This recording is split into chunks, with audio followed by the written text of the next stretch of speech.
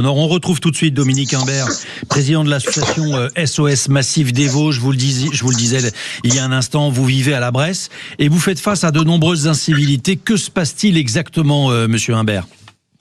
Alors, pour dire les choses très simplement, nous pensons que la question qui se pose aujourd'hui, c'est pas la question du surtourisme, c'est la question de la surfréquentation liée au développement massif des loisirs dans le massif vosgien.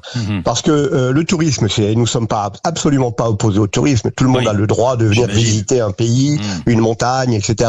D'ailleurs, le tourisme, c'est ça, c'est aller sur un lieu pour en profiter de ses atouts, de la beauté, du calme, enfin de tout ce qui fait qu'un pays est visitable. Je dirais d'ailleurs que la majorité de la France répond à ces critères. Mais transformer une zone de montagne notamment en parc d'attractions, en l'équipement massivement avec toutes sortes d'équipements de loisirs qui n'ont rien à y faire et qu'on peut retrouver n'importe où dans le monde, en France ou ailleurs, c'est une grave erreur et c'est ça qui est la cause principale des conséquences que vous évoquiez, notamment les gènes provoqués par la surfréquentation et de jeunes ou de moins jeunes d'ailleurs qui louent des gîtes par exemple dans des zones habitées et qui toute la journée, tout le week-end font la fête par exemple. Si je comprends bien, le problème, c'est la cohabitation entre les riverains et ces touristes qui s'installent peut-être dans des lotissements et qui font des barbecues, rigolent le soir, jouent au ping-pong.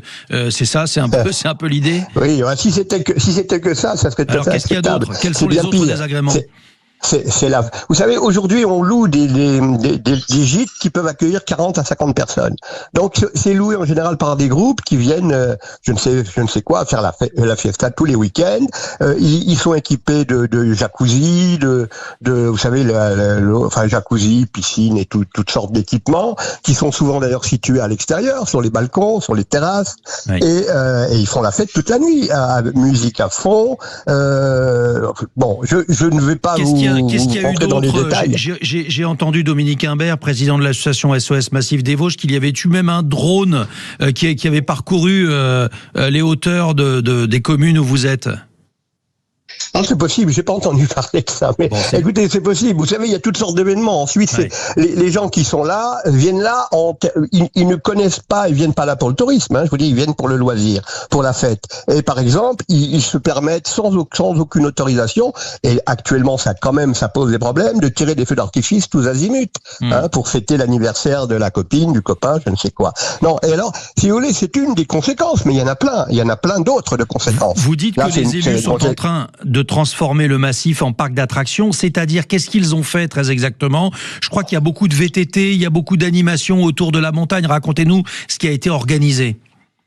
Alors, il y a à la fois des équipements qui sont construits, qui sont des équipements très très lourds, des luges d'été, c'est de la luge en ferraille, de la luge en acier, c'est des pistes qui défigurent complètement le massif. Il y a des tyroliennes partout qui sont en train de s'installer, d'autant plus qu'une concurrence s'établit entre les différentes communes et les différentes communautés de communes.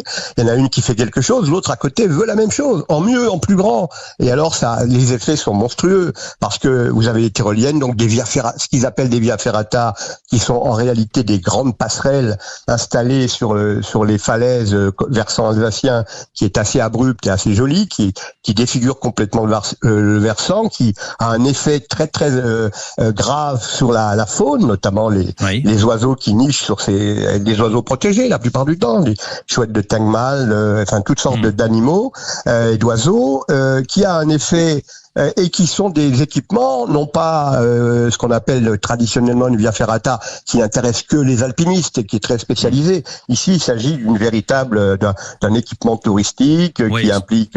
Vous avez le sentiment que ça n'est plus du tout l'amour de la montagne, en fait. C'est tout à fait autre chose. C'est pour ça que vous parlez de parc d'attractions aujourd'hui.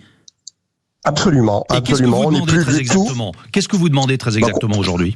Eh bien, écoutez, le problème, c'est que quand on évalue toutes les conséquences que je vous ai pas citées, parce qu'il y en a plein, hein, je vous parle de la pression sur l'eau et l'assainissement, la production de déchets, la pression immobilière sur des résidences secondaires, la fragilisation de la vie locale à l'année.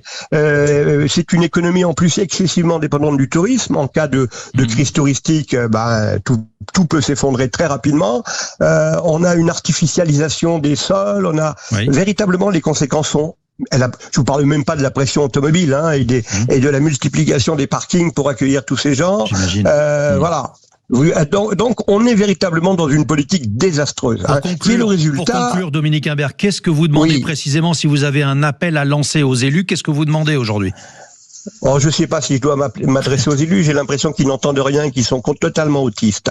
Mais si on peut leur dire quelque chose, c'est arrêtez vos conneries, quoi. On va le dire très franchement. Vous êtes en train de transformer le massif des Vosges en un parc de loisirs, en un Disneyland qui petit à petit va mourir tout doucement. Au lieu de faire vivre les villes, les communes, ça les fait mourir. Il n'y a plus de commerce ouvert hors saison, par exemple, ou de moins en moins. Merci, on est vraiment dans une logique. Oui. Merci Dominique Imbert, on a bien compris je vous en prie. votre témoignage et votre coup de gueule, et très bonne journée malgré tout dans les Vosges.